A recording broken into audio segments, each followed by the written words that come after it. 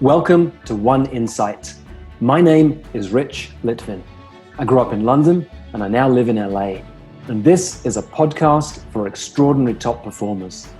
You see, I've coached some of the most successful and talented people on the planet. I see what most people cannot see, and I dare to say what most people wouldn't dare to say. And what I know about success is that on the other side of it, it can actually be lonely.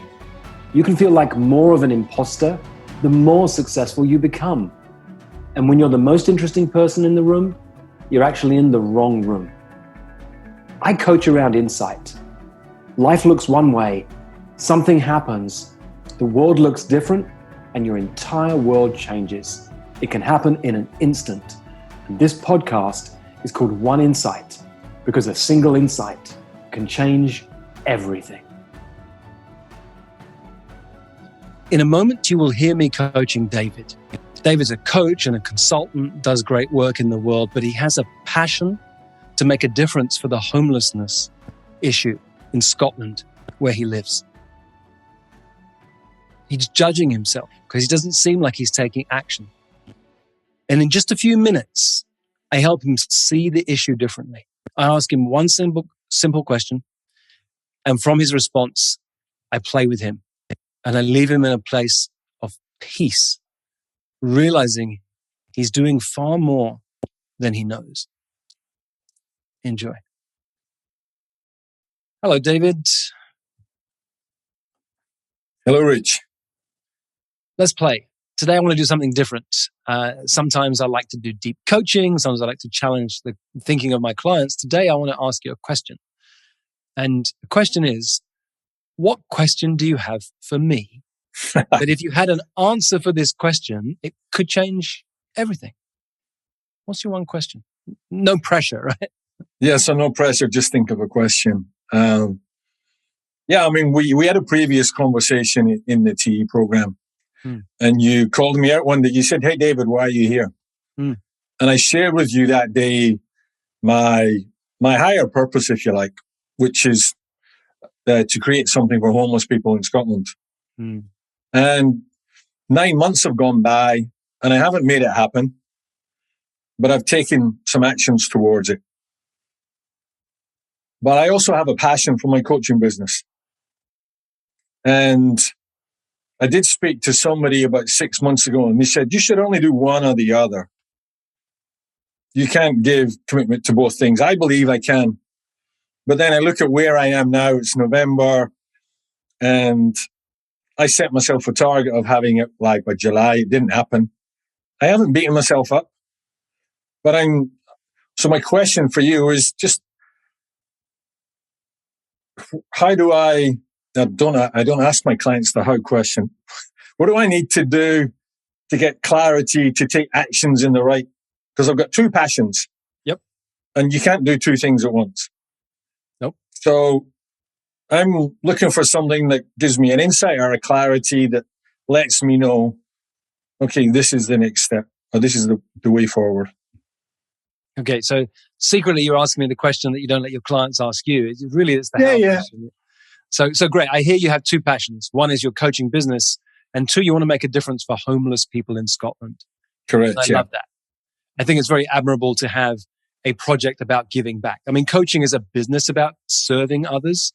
But to have a way to give back beyond that is very powerful. Mm-hmm. So it is true and it's not true at the same time that you can't do two things at the same time. Yeah, you can't give your full attention to a client and secretly be doing email at the same time. You can't be doing email and watching TV and trying to be present with your kids at the same time. You can, however, have two projects running at the same time because you're not working on them in this moment at the very same time. So if you're not working on something, and let me say it a different way.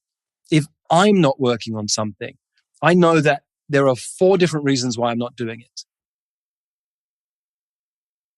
Number one, I'm afraid of something.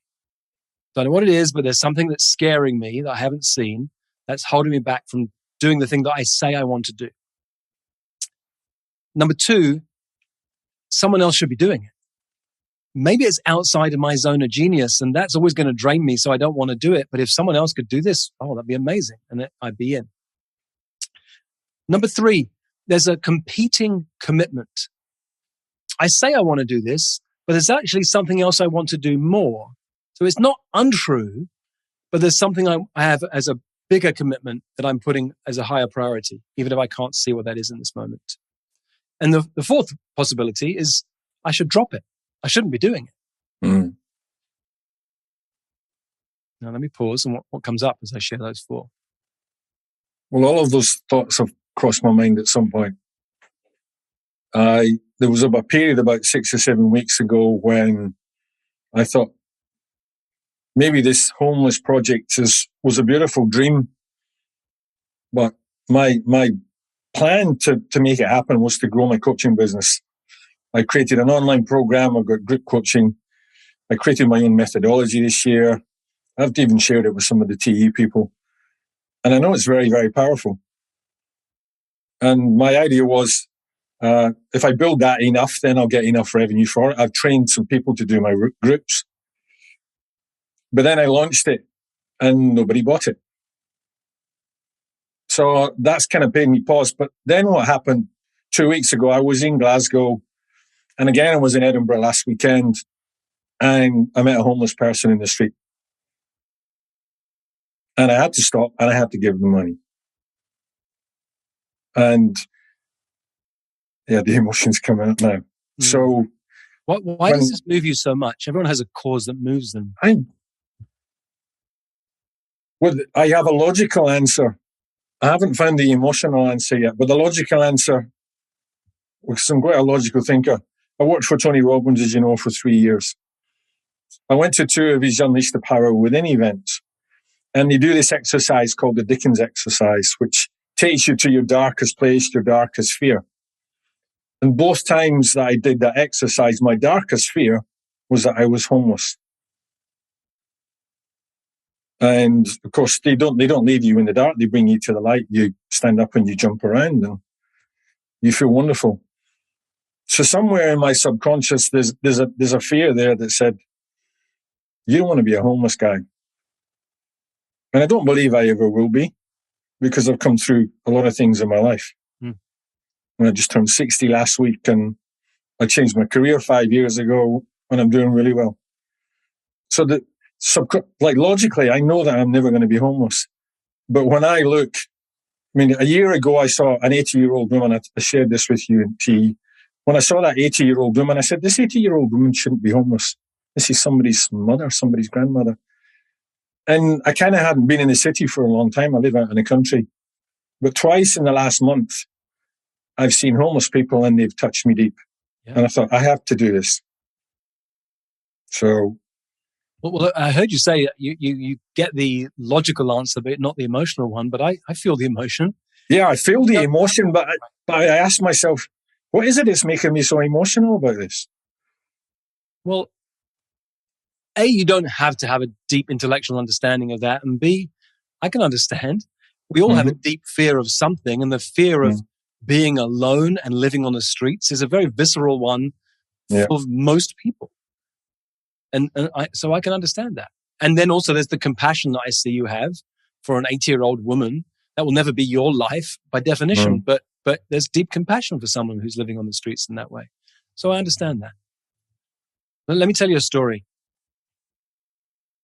I'm slowing down because it's about one of my brothers, and I was checking whether to say that, and I think he'll be fine. But for a few years, he had this mission to make a real difference in the world. And he talked to me about it, and I would try and advise him and try and coach him, and really shouldn't coach family without permission. And nothing would happen. And then I would say, I remember one point saying, look, stop talking to me about this, because if you really want to do it, you do it. And we went back and forth all sorts of times, and then I would just be there for him. And then one day he came over and he said, I've done it. And he's got this big project where he makes a difference for young people's lives out in Sri Lanka, actually. It's amazing what he's doing. A group of other leaders who he's nurtured to do this with him. It's amazing. And I realized, you know what? Sometimes people set incredible goals for themselves, but they set timelines that are far too short. So it dawned on me when I gave you those 4 reasons why I'm not doing something. I think there's number 5. And number 5 is I've set too short a timeline. Yeah. If you turn this into a 10-year mission and said, at some point over the next 10 years, I'm going to impact the lives in a positive way for the homeless people in my community, then you get to relax. There's no pressure. There's no deadline. And you give it space to see what happens. Yeah, it's interesting you say that. I was coaching a group of women this morning, and I talked about so often in coaching, we put pressure on people to do things, and clients put pressure on themselves. And something that Michael Mills said, I read one of his articles the other day, and it's just said, the pressure that you put on yourself is only you. There's nobody else. And I was sitting running this afternoon, and I thought, okay, maybe 2021 was unrealistic. But I've spoken to 3 people today, and I've got 3 people that want to be on my board of directors. I've got a manager, and there's somebody in TE that can actually help me. And that just came to me this afternoon. So I've reached out to him this afternoon, and we're going to have a call on Monday. So perhaps 2022 will be the year. Slow down. Let me catch something. Don't lose sight of 2021. See, here's the trouble with a goal. When we make it a place to get to, we're never there until the moment we're there. Yeah. So if you set that as a goal for 2021 and you hit it on December the 31st, that you took action to help homeless people, you've accomplished that goal. But you spent 364 days beating yourself up for not doing it. Instead of saying, I'm setting a goal as a place to come from. When people say to you, hey, what are you up to, David? You say, you know what? I'm making a difference for the lives of homeless people. And that's what you lead with. And you use generative language to speak this into the world, to start interesting conversations. And then all sorts of possibilities occur that couldn't otherwise. There's no judgment when you come from this goal. Yeah. And so maybe by the time the year is over, you'll say, you know what? I've got a board of directors. We've got 3 projects ready to start in 2022. And that would be an amazing achievement. It would be. I don't think it's going to happen, but in my... Well, let me add one last piece to the mix. What if it was easy? Yeah, if it was easy, it would have been done already, and somebody else would have done what I want to do. No. What if it was easy for you? David Allison has never been around before with his mindset on this project, gathering these people together. What I'm saying is, in this moment, on November the 19th, what if it was easy, before the year was over, to have made a dent in this project? What if it was easy in 2022 to have made the difference you really want to make? We don't go into the how-to in this moment. I'm just sowing that as a seed. What if it was easy? Yeah, it'd be wonderful. It's it makes the energy shoot through my body just thinking about it. Okay. And sometimes that means, okay, I shouldn't be doing X, Y, Z. Someone else should be. And sometimes it means, oh, that's not the right project. Let's shift it in this direction. Oh, now that's more energizing.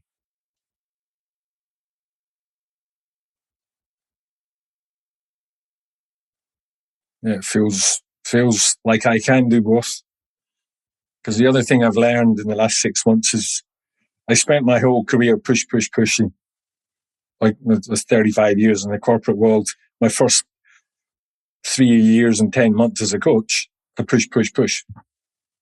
And then this time last year, I fell and broke my ribs. And at that point, I started to switch things the other way. I thought, stop doing and start being. But it's taken me 9 months to completely slow down and just to be. Yeah. So I have now 3 criteria.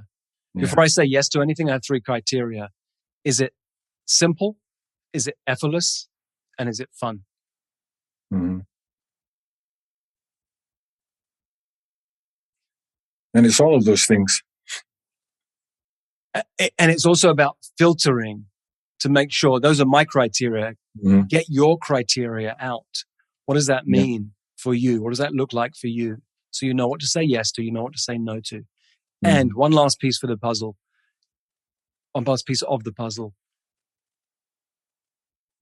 Block some time. So this doesn't become an all-encompassing project. You know what? It's Thursdays at 3 p.m. I have 2 hours every Thursday, 3 till 5. That's the homelessness project. Mm-hmm. Block out your time. Whether it's 1 hour a week, it's 3 hours every 3 months, whatever it is, block out your time. That way you can accomplish more than one thing at the same time because you're clear. I'm working on homelessness right now. I'm not working on coaching. I'm working on coaching right now. I'm not solving the homelessness problem in my society. It's very simple, but it makes sense. Simple, effortless, and fun. Those are my criteria. David, thanks for playing me today. Yeah, it was a pleasure. I said I'd ask one question. Sometimes coaching can go really deep. We can ask deep questions. We can explore people's psychology, their mindset, what's holding them back, their limiting beliefs. And sometimes we can play with the power of a single question. Thank you, my friend. Thank you. For most of human history, it wasn't called coaching. It was called leadership. And it's what I love to do, to coach people, to lead people, and to mess with people's thinking.